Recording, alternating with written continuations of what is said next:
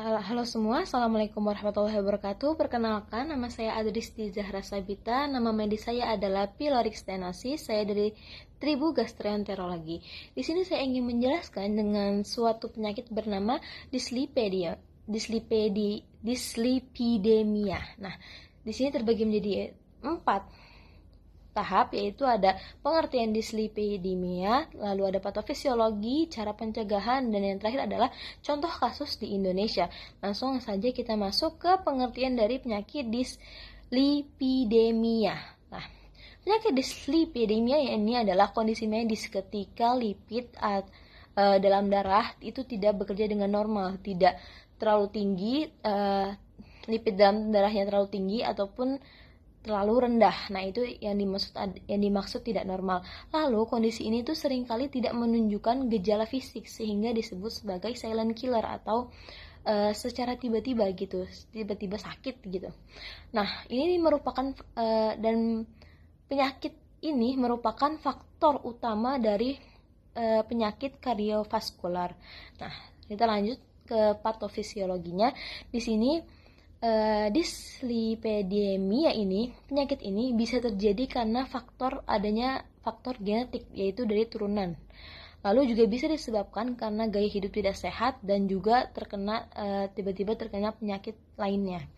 Lalu kita sekarang masuk ke cara pencegahan penyakit dislipidemianya. Nah, di sini saya mencantumkan ada 6 cara pencegahan penyakit dislipidemianya. Yang pertama adalah diet sehat. Nah, diet sehat ini di sini bisa makan sayur-sayuran, olahraga terus, menghindari makan-makan yang berlemak seperti itu. Lalu yang kedua adalah olahraga teratur. Jadi harus dirutinkan olahraga untuk menyeimbangkan kegiatan hidup sehari-hari. Lalu menjaga berat badan. Nah, tidak boleh terlalu kurus, overdose, terlalu gemuk, jangan. Jadi harus menyeimbangkan berat badan yang ideal. Lalu yang keempat adalah bagi perokok sangat dianjurkan untuk berhenti merokok. Karena apa? Dia termasuk salah satu faktor bisa menyebabkan penyakit dislipidemianya. Lalu yang kelima adalah mengurangi konsumsi alkohol. Jelas karena alkohol itu sangat tidak sehat. Lalu yang keenam ada pemeriksaan kesehatan rutin. Nah, ini kita harus berkunjung memeriksakan diri kita ke rumah sakit untuk mendapat pemeriksaan rutin supaya mengecek apakah kita ada penyakit seperti itu. Lalu kita masuk ke contoh kasus yang ada di Indonesia, yaitu tentang penyakit dislipidemia ini. Nah, di sini ada seorang pria berusia 45 tahun yang bekerja di kantor, dan pria itu bergaya hidup gaya hidupnya kurang sehat.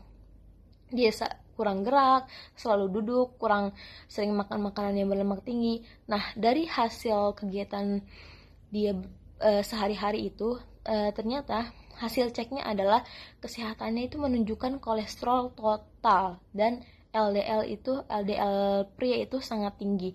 Nah, setelah selesai pemeriksaan, dokter menyarankan pada pasien harus mengubah pola makan, olahraga, lalu beliau juga harus sering berolahraga dan mengkonsumsi obat untuk mencegah komplikasi yang serius, karena hal ini bisa menyebabkan beliau ini terkena penyakit dislipidemia ini. Oke, mungkin cukup sekian dari saya. Kurang lebihnya saya mohon maaf. Wassalamualaikum warahmatullahi wabarakatuh.